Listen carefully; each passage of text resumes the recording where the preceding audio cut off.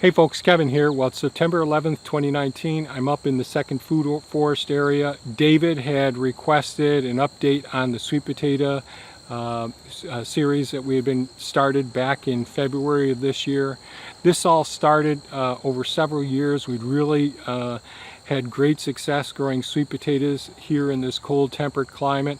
We'd always started our sweet potatoes in jars and took the slips off, broke them off, tore off any roots that came on it, re-rooted the slips themselves, and then transplanted them.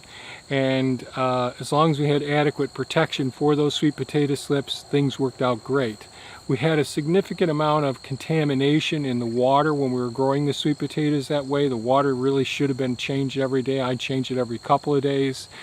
So I came up with an idea of growing sweet potato slips in perlite, which I'll post a video in the upper right hand corner, and that was a couple years ago, and that really worked out wonderfully. It really decreased the amount of man hours, the time that I had to put into growing them. Then this year I decided to start a sweet potato growing series, video series, going over a modification to that system that I had started. And instead of using any jars whatsoever, I started sweet potatoes, organic sweet potatoes, in seed flats with a soilless mixture. And I made 2 seed flats with several sweet potatoes in it, and I'll put a link to that sweet potato series there. The sweet potatoes did very well for a few weeks. A few of the sweet potatoes had a storage disease, a fungal or bacterial storage disease. We removed those affected sweet potatoes. The rest of the sweet potatoes did fantastic from that point on, produced beautiful slips, and then those slips, what we ended up doing was not breaking them off, letting them grow out into being vines. I moved them into our living room. The vines started extending down. Got about 3-4 feet long, and then I decided to move them over into the work area, and I put seed flats that had soil in them on the sides, and I took those vines and laid them on top of the surface and just put the vines just underneath the stems of the vines, just underneath some of the soil a little bit. They immediately started throwing down more roots, and the vines extended further, and then I divided the systems up. So I really only had a couple of days worth of work involved in getting a massive number of sweet potato slips that were already well rooted with fine meshwork. Since it was in a soilless mixture, all of those vines pulled up really nicely, and I'd take the clumps of the soil and I brought them up here into the areas where we used to grow our garlic. The reason I did that was because our western garden plot, which has nice 6-foot tall chain link fencing dog kennel panels around the perimeter of it, and it's close to the house, so the deer weren't able to get to it, the rabbits weren't able to get to it, the cats and the dog are right around the area, so that discouraged any mammals from getting in there, herbivores, and munching on the sweet potato vines.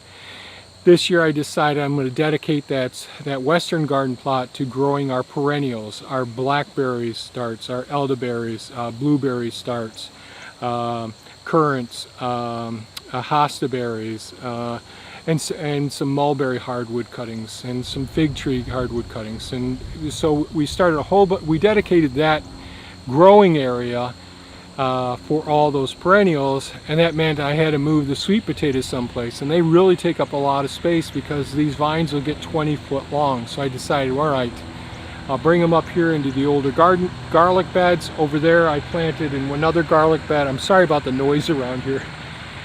Over in this old garlic bed I started some sweet corn and interplanted with red kidney beans.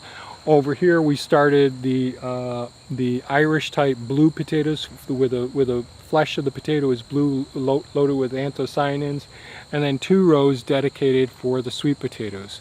We installed 7-foot T-posts all around the system, and then used the Premier 1 deer fencing around that as well. Tied it all up, got it really secured. And I thought that would be better because the sheep fencing, it's real easy for all the deer to pop over, and the chicken fencing really easy for the deer to pop over. but immediately the rabbits started going in because they can make it underneath the fence or go in between the holes in the deer fence. They got in there. I played with a little bit more, but then I discovered the deer were getting in there. By this time I was headstrong into getting the gardens all set and getting the greenhouse construction started. So I knew I was losing my battle up here, and I hoped for the best. Now we were able to harvest some corn. Unfortunately, the weeds got so tall and all that the beans, we're going to get the nitrogen fixation from those, but I'm not getting getting the benefit of eating those beans. But we did get some corn.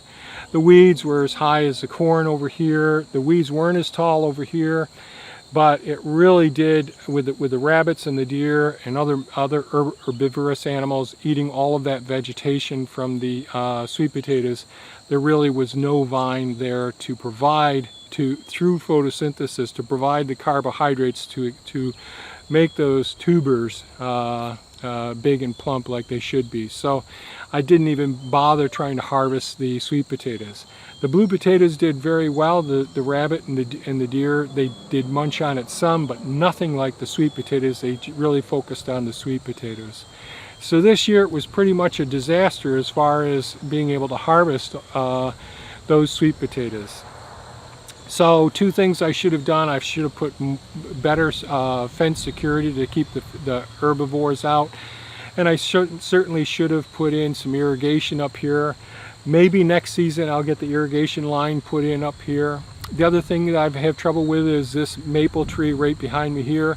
This one had a little bit of a hard time when we did all the clearing up in this area, but it's coming back nicely, and the roots are working their way right up into this bed as well. So I'm going to move this bed. I'm going to rework another hugelkultur bed off to the side there as well, where the peaches and plums and pecan trees are planted right here. And the green ones on the other side are the horseradish beds. So I'm just going to move things around a little bit and try to figure out how I'm going to be able to protect these guys, whether I've got to do double or triple fencing in the future, put a high line up above as well, and put a cable around below so that they can't really push their way through. Haven't figured that out yet, because I think next year I'm still going to be using the Western garden plot for many of the perennials. We're having good success over there so far. So I blew it as far as being productive with all of that great sweet potato slips, all of those well-rooted clumps that were really taking off. I blew it, and those are my reasons and my excuses. So if you found this video of value, please give us a thumbs up, share it with your friends. If you have any comments or questions, please leave them below. And by the way, we've had lots of responses, people sharing their successes, even people on the road that live in an RV. That couple starting them in slips and started growing their own slips and then growing them in containers as well. So I think this video series ended up being successful, and maybe I'll do the same thing next year or the year after, as soon as I try to figure out how I'm going to deal with this. I really think we did a great job as far as in a cold temperate climate where you have a very limited growing season. We got fantastic starts, but being a great starter doesn't solve all the problems. So with that, we'll just move on from there. I hope you folks have a great day and have enjoyed or potentially learned something along with me through this whole sweet potato growing series. Take care, folks, and have a great day. Bye-bye now.